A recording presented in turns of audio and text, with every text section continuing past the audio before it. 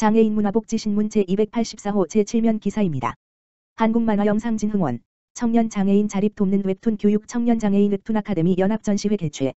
한국만화영상진흥원 원장 신종철 2020년 청년장애인 웹툰 아카데미 수료생 작품을 관람할 수 있는 온라인 전시 좋아좋아 전을 개최했다.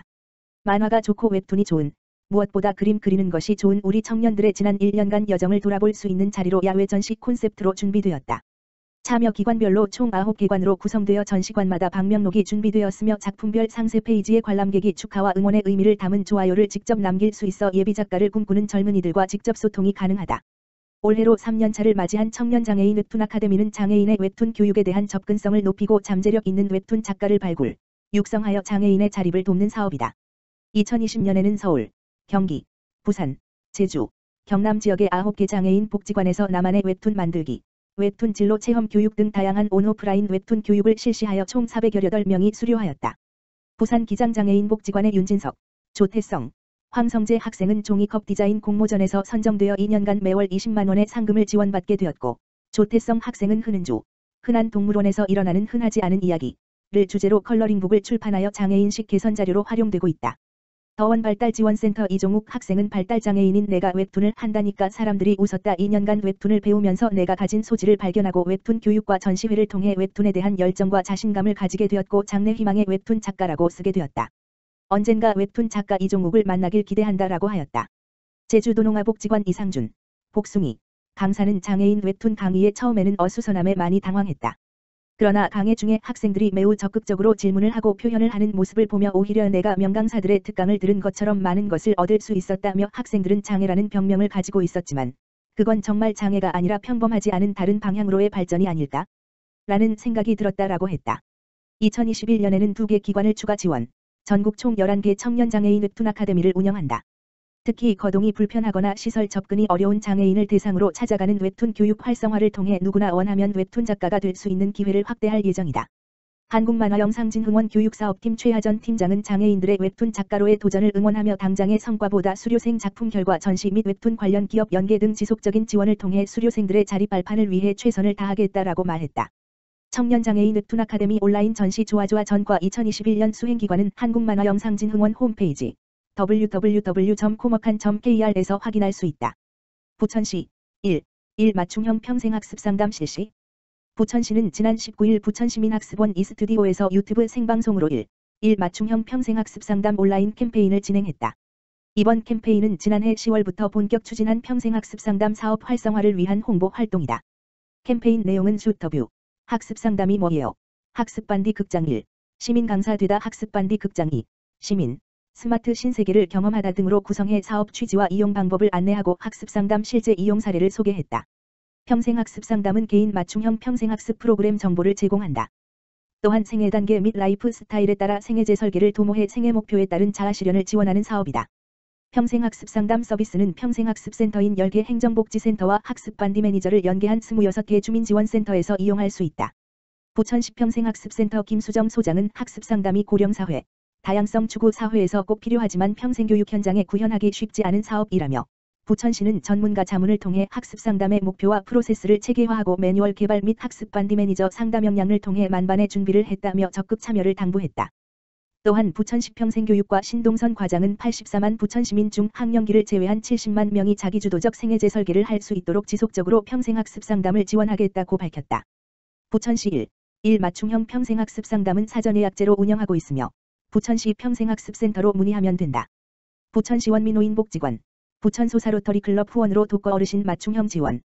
가정의 달을 맞이하여 부천시 원민노인복지관, 관장 장기욱, 과 소사로터리클럽, 회장 다성 김홍열, 이 독거 어르신을 위한 다양한 맞춤형 서비스를 진행한다.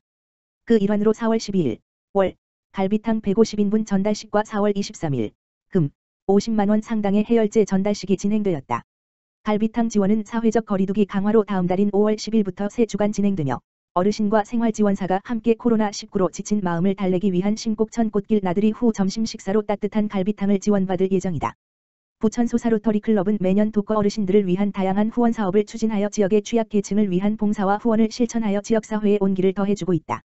부천 소사로터리클럽 김홍열 회장은 모두가 힘든 상황에서 홀로 지내시는 소외된 영양 취약 어르신에게 식사 지원, 코로나19 백신을 접종한 어르신은 해열제 지원 등의 맞춤형 후원을 할 수 있게 되어 기쁘고 지원되는 후원품으로 늘 건강하시기 바란다라고 전했다. 부천시 원미노인복지관 관계자는 소외된 어르신들을 향한 지역사회 단체의 관심과 지원은 어려운 이웃에게는 많은 도움과 희망의 메시지로 전해질 것이다.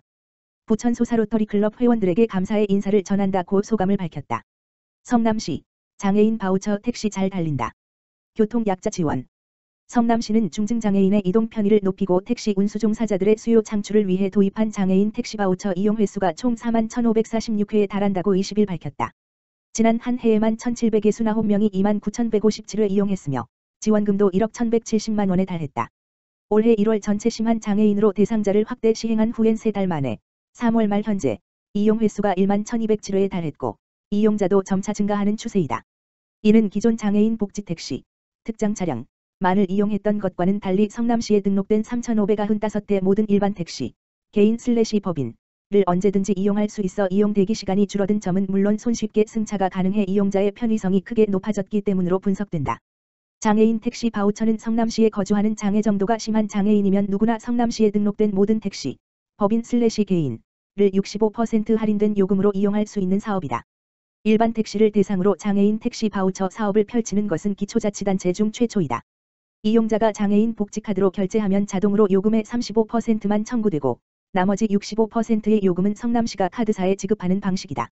단, 하루 2회, 월 40회로 1회당 보조 한도액은 1만 원으로 제한한다.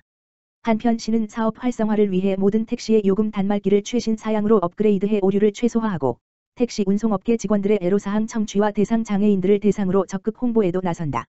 앞서 시는 재작년 11월 휠체어를 타지 않는 장애 정도가 심한 시각신장 장애인 1,858명을 대상으로 처음 도입한 이후 지난해 5월 뇌병변 지체 정도가 심한 장애인으로 확대 시행했으며 올해 1월 1일부터 전체 심한 장애인 1만 3,147명으로 대상자를 확대한 바 있다. 성남시 장애인복지과 관계자는 기초자치단체에서 전국 최초로 추진하고 있는 일반 택시를 이용한 장애인 택시 바우처 사업이 교통약자인 장애인의 삶의 질 향상에 도움이 되도록 더욱 내실 있게 추진해 나가겠다고 말했다. 성남시 복지연구 공유센터 26일 문 연다. 성남시 시장 은수미는 전국 기초자치단체로는 처음으로 시민의 기증받은 복지연구를 업사이클링해 필요한 이들의 무상 대여하는 사업을 편다. 이를 위해 중원구 은행동 제9공영 주차장 내에 복지연구 공유센터를 설치해 오는 4월 26일 문을 연다. 성남시 복지용지 공유센터는 88.52 규모의 대여실과 수리실을 갖췄다. 운영 인력 8명이 복지연구 기증 접수, 수리, 대여 업무를 본다. 대여 품목은 휠체어, 전동 침대, 간이변기, 목발, 재활 운동 보행기, 욕창 방지 방석, 이동 욕조, 목발, 지팡이, 실버카, 영상 전화기, 특수마우스 등 22종 234개다. 최근 1년간 재활용할 수 있는 복지 용구를 시민에게 기증받아 소독, 수리하고 새 디자인을 입혀 재탄생시킨 용구들이다. 각종 사고로 일시적으로 몸이 불편한 사람, 노령자, 장애인 등 시민 누구나 빌려 쓸 수 있다. 대여하려면 성남시 복지용구 공유센터 홈페이지를 통해 온라인 신청하면 된다. 대여 용구는 무료 배송 설치해준다. 대여 기간은 90일이다. 연장 신청하면 최장 1년까지 빌려 쓸 수 있다. 성남시 장애인복지과 관계자는 기증받는 복지용구를 업사이클링해 활용성을 높이고 필요한 시민의 경제적 부담을 덜어 공유의 가치를 높여 나가겠다고 말했다. 복지용구 공유센터 개소식은 이날 오후 3시 20분 은수미 성남시장과 김광환 한국지체장애인협회 이사장 등 관계자 10여 명만 참석한 가운데 간소하게 진행된다. 성남시 노인요양시설 신속항원 진단키트로 선제적 검사 실시. 성남시 시장 은수미는 최근 노인요양시설 내 집단감염 우려에 따라 감염 사례를 예방하기 위해 감염 취약계층인 노인요양시설 및 주간보호센터를 대상으로 신속항원 진단키트를 배부하고 있다고 23일 밝혔다. 검사 대상은 노인요양시설 및 주간보호센터 등 취약시설을 비롯해 노인공동생활가정 등 92개소 4,800여 명이다. 성남시는 집단시설 내 확진자 선별을 위한 신속항원 검사 안내사항을 각 시설에 교육하였고 신속한 검사를 위해 촉탁이나 간호사가 없는 시설은 보건소에서 검사를 하고 자체 의료진, 간호사, 간호조무사이 있는 시설에서는 직접 검사를 시행하고 있다. 특히 감염에 가장 취약한 노인요양시설과 주간보호센터 종사자에 대해선 지난 1월부터 주 1회 검사를 진행하여 총 13회 2만 2천 명을 선제적 검사를 했다. 성남시는 신속항원 검사 결과는 20분 만에 받을 수 있어 하루 정도 걸리는 PCR, 분자진단, 검사에 비해 신속하고 비용도 저렴하다면서 신속항원 검사에서 양성이 나오면 PCR 검사를 다시 하게 된다고 설명했다. 이번에 배부하는 신속항원 진단키트는 시가 자체 구입해 노인의료시설에 배부하게 되며 요양시설 방역관리에 최선을 다하고 있다.